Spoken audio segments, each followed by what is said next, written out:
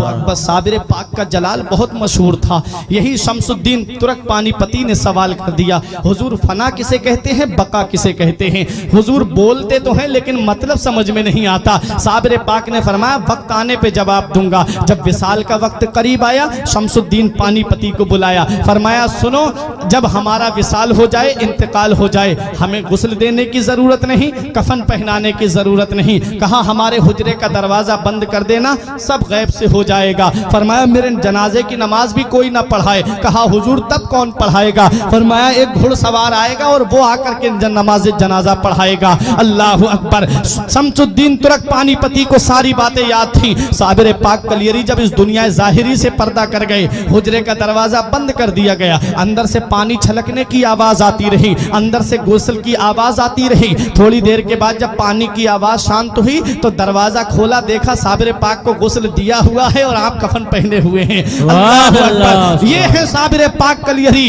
अब उसका इंतजार हो रहा है जो नमाज जनाजा पढ़ाएगा। बड़े बड़े औलिया लाइन में लगे हुए हैं, बड़े बड़े औलिया सफ में लगे हुए हैं, अपने वक्त के जय्यद उलमा सफ में लगे हुए हैं, मुरीदीन सफ में बांधे खड़े हुए हैं। शमसुद्दीन पानीपती से किसी ने कहा अरे नमाज जनाजा तो शमसुद्दीन पानीपती ही पढ़ाएंगे, क्योंकि सुबह भी साबिर पाक के साथ में रहे, दोपहर को भी साबिर पाक के साथ में रहे, शाम को भी साबिर पाक के साथ में रहे, खलबत में साबिर पाक के साथ हैं, जलवत में साबिर पाक के साथ हैं, सफर में साबिर पाक के साथ हैं, हजर में साबिर पाक के साथ हैं। हर वक्त साबिर पाक के साथ जो रहे, जिसे साबिर पाक बड़ी मोहब्बत फरमाए, उसे शमसुद्दीन तुर्क पानीपती कहते हैं। कहा यही तो नमाज जनाजा पढ़ाएंगे। तब शमसुद्दीन पानीपती ने कहा मैं नमाज जनाजा नहीं पढ़ाऊंगा, बल्कि मेरे पीर का ये कहना है कि एक घुड़सवार आकर के मेरी नमाज जनाजा पढ़ाएगा। हजरात गिरामी, अब इंतजार हो रहा है उस घुड़सवार का। दूर धूल उड़ती हुई नजर आई। जब वो धूल करीब आई तो देखा कि घुड़सवार है, चेहरे पे नकाब पड़ी हुई है, मुसल्ले नमाज जनाजा पे खड़े हुए और नमाज जनाजा पढ़ा करके सवारी पे सवार होकर के जब चलने लगे, और जब घुड़सवार की सवारी थोड़ी बड़ी, तब शमसुद्दीन तुर्क पानीपती ने दामन पकड़ के कहा आपको पता है किसकी नमाज जनाजा पढ़ा के जा रहे हो? ये वो अल्लाह का वली है जिसकी शान सारी दुनिया में मशहूर है, ये वो अल्लाह का महबूब बंदा है जिसका जलाल सारी दुनिया में मशहूर है। आप जिनकी नमाज जनाजा पढ़ा के जा रहे हो, ये अल्लाह का मुकर्रब बंदा है, ये अल्लाह का नेक बंदा है, ये अल्लाह का वली है। कल मेरे साबिर की तारीख लिखी जाएगी, कल मेरे साबिर की हिस्ट्री लिखी जाएगी, कल मेरे साबिर का इतिहास लिखा जाएगा और दुनिया वाले मुझसे सवाल करेंगे ये शमसुद्दीन पानीपती, सुबह को तुम साबिर पाक के साथ में थे, दोपहर को तुम साबिर पाक के साथ में थे, शाम को तुम साबिर पाक के साथ में थे, सफर में तुम साथ रहे, हजर में तुम साथ रहे, खलबत में तुम साथ रहे, जलवत में तुम साथ रहे, हर वक्त तुम साबिर पाक के साथ में थे। जरा बताओ साबिर पाक की नमाज जनाजा किसने पढ़ाई थी? हुजूर मैं उनको क्या जवाब दूंगा? कल जब तारीख लिखने वाले मुझसे सवाल करेंगे साबिर पाक की नमाज जनाजा पढ़ाने वाले का नाम बताओ, जब इतिहास लिखने वाले मुझसे पूछेंगे साबिर पाक की नमाज जनाजा पढ़ाने वाले का नाम बताओ, तब मैं उनको क्या जवाब दूंगा? जब अदीब अपनी अपनी तारीखों में लिखेंगे तब मैं उनको क्या जवाब दूंगा? हुजूर या तो अपना नाम बता दीजिए या चेहरे से नकाब उठा दीजिए ताकि मैं चेहरा देख करके पहचान लूं। तब हम शमसुद्दीन पानीपती के सामने घुड़सवार ने जब चेहरे से नकाब उठाया तो पैरों तले की जमीन निकल गई, आंखें खुली की खुली रह गई। कहा हुजूर मैं ये क्या देख रहा हूँ? हुजूर चारपाई में कौन लेटा है और मेरी निगाहों के सामने कौन खड़ा है? तब मेरे साबिर कलियरी ने जवाब दिया ए शमसुद्दीन तुम भूल गए, तुमने मुझसे पूछा था कि फना किसे कहते हैं और बका किसे कहते हैं। अरे तुमने मुझसे पूछा था कि फना और बका किसे कहते हैं।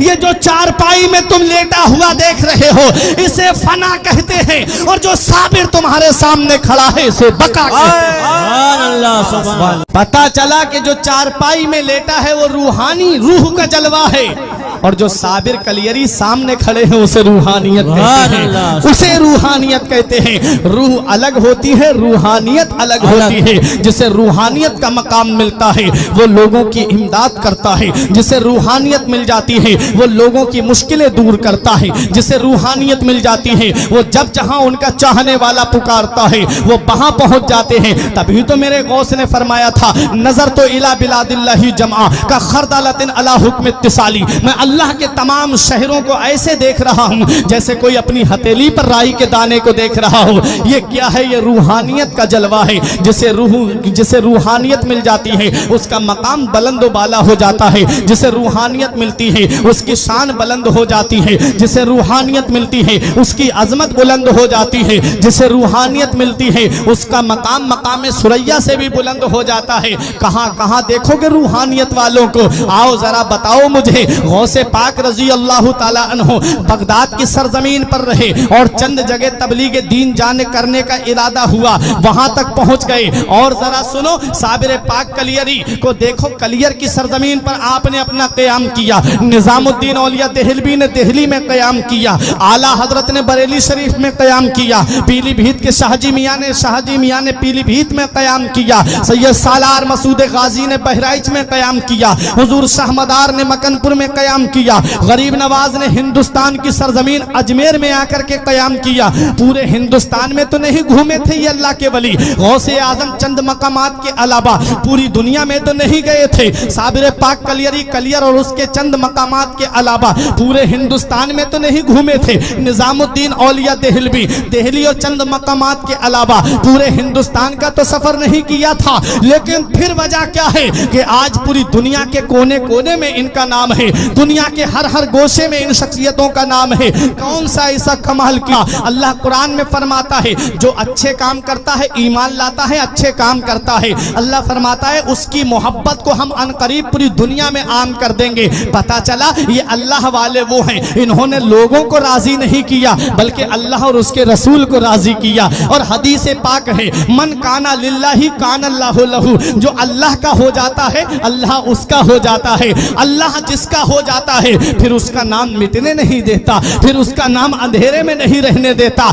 यही वजह है कि गौसे आजम अल्लाह के हो गए और अल्लाह गौसे आजम का हो गया। पूरी दुनिया में गौसे आजम का नाम है। गरीब नवाज ने अपने अल्लाह को राजी किया, गरीब नवाज ने अपने रसूल को राजी किया। अल्लाह और उसके रसूल ने गरीब नवाज का नाम अंधेरे में नहीं रहने दिया। पूरी दुनिया में आज गरीब नवाज का नाम मौजूद है। और आगे सुनो, साबिर पाक कलियरी ने कलियर में रह करके अल्लाह की इबादत करके अपने रब को राजी कर लिया। अल्लाह ने साबिर कलियरी का नाम मिटने नहीं दिया, हर मुसलमान के दिल में साबिर कलियरी का नाम डाल दिया। बस साबिर पाक का जलाल बहुत मशहूर था। यही शमसुद्दीन तुर्क पानीपती ने सवाल कर दिया, हुजूर फना किसे कहते हैं, बका किसे कहते हैं? हुजूर बोलते तो हैं लेकिन मतलब समझ में नहीं आता। साबिर पाक ने फरमाया वक्त आने पे जवाब दूंगा। जब विसाल का वक्त करीब आया, शमसुद्दीन पानीपती को बुलाया, फरमाया सुनो, जब हमारा विसाल हो जाए, इंतकाल हो जाए, हमें गुस्ल देने की जरूरत नहीं, कफन पहनाने की जरूरत नहीं। कहा हमारे हुजरे का दरवाजा बंद कर देना, सब गैब से हो जाएगा। फरमाया मेरे जनाजे की नमाज भी कोई ना पढ़ाए। कहा हुजूर तब कौन पढ़ाएगा? फरमाया एक घुड़सवार आएगा और वो आकर के नमाज जनाजा पढ़ाएगा। अल्लाह अकबर। शमसुद्दीन तुर्क पानीपती को सारी बातें याद थी। साबिर पाक कलियरी जब इस दुनिया ज़ाहिरी से पर्दा कर गए, हुजरे का दरवाजा बंद कर दिया गया, अंदर से पानी छलकने की आवाज आती रही, अंदर से गुस्ल की आवाज आती रही। थोड़ी देर के बाद जब पानी की आवाज शांत हुई तो दरवाजा खोला, देखा साबिर पाक को गुस्ल दिया हुआ है और आप कफन पहने हुए हैं। ये है साबिर पाक कलियरी। अब उसका इंतजार हो रहा है जो नमाज जनाजा पढ़ाएगा। बड़े बड़े औलिया लाइन में लगे हुए हैं, बड़े बड़े औलिया सफ में लगे हुए हैं, अपने वक्त के जय्यद उलमा सफ में लगे हुए हैं, मुरीदीन सफ में बांधे खड़े हुए हैं। शमसुद्दीन पानीपती से किसी ने कहा अरे नमाज जनाजा तो शमसुद्दीन पानीपती ही पढ़ाएंगे, क्योंकि सुबह भी साबिर पाक के साथ में रहे, दोपहर को भी साबिर पाक के साथ में रहे, शाम को भी साबिर पाक पाक के साथ में रहे, खलबत में साबिर पाक के साथ हैं, जलवत में साबिर पाक के साथ हैं, सफर में साबिर पाक के साथ हैं, हजर में साबिर पाक के साथ हैं, हर वक्त साबिर पाक के साथ जो रहे, जिसे साबिर पाक बड़ी मोहब्बत फरमाए, उसे शमसुद्दीन तुरक पानीपती कहते हैं। कहा यही तो नमाज जनाजा पढ़ाएंगे। तब शमसुद्दीन पानीपती ने कहा मैं नमाज जनाजा नहीं पढ़ाऊंगा, बल्कि मेरे पीर का ये कहना है कि एक घुड़सवार आकर के मेरी नमाज जनाजा पढ़ाएगा। हजरात गिरामी, अब इंतजार हो रहा है उस घुड़सवार का। दूर धूल उड़ती हुई नजर आई। जब वो धूल करीब आई तो देखा कि घुड़सवार है, चेहरे पे नकाब पड़ी हुई है, मुसल्ला नमाज जनाजा पे खड़े हुए और नमाज जनाजा पढ़ा करके सवारी पे सवार होकर के जब चलने लगे, और जब घुड़सवार की सवारी थोड़ी बड़ी, तब शमसुद्दीन तुरक पानीपती ने दामन पकड़ के कहा आपको पता है किसकी नमाज जनाजा पढ़ा के जा रहे हो? ये वो अल्लाह का वली है जिसकी शान सारी दुनिया में मशहूर है। ये वो अल्लाह का महबूब बंदा है जिसका जलाल सारी दुनिया में मशहूर है।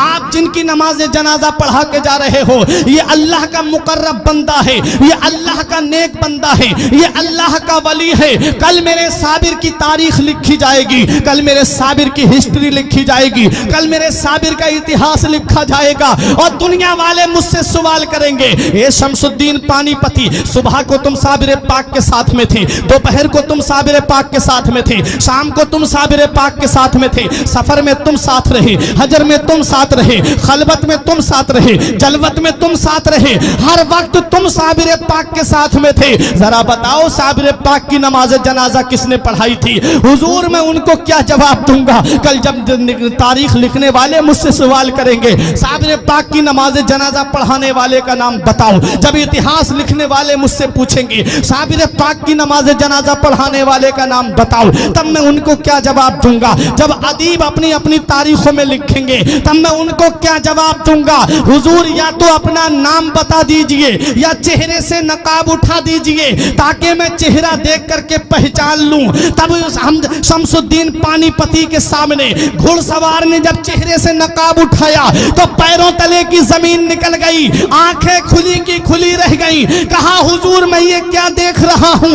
हुजूर चारपाई में कौन लेटा है और मेरी निगाहों के सामने कौन खड़ा है? तब मेरे साबिर कलियरी ने जवाब दिया ए शमसुद्दीन तुम भूल गए, तुमने मुझसे पूछा था कि फना किसे कहते हैं और बका किसे कहते हैं। अरे तुमने मुझसे पूछा था कि फना और बका किसे कहते हैं। ये जो चारपाई में तुम लेटा हुआ देख रहे हो इसे फना कहते हैं और जो साबिर तुम्हारे सामने खड़ा है इसे बका कहते हैं। पता चला कि जो चारपाई में लेटा है वो रूहानी रूह का जलवा है और जो साबिर कलियरी सामने खड़े हैं उसे रूहानियत कहते हैं, उसे रूहानियत कहते हैं। रूह अलग होती है, रूहानियत अलग होती है। जिसे रूहानियत का मकाम मिलता है वो लोगों की इमदाद करता है, जिसे रूहानियत मिल जाती है वो लोगों की मुश्किलें दूर करता है, जिसे रूहानियत मिल जाती है वो जब जहां उनका चाहने वाला पुकारता है वो वहां पहुंच जाते हैं। तभी तो मेरे गौस ने फरमाया था नजर तो इला बिलादिल्लाही जमा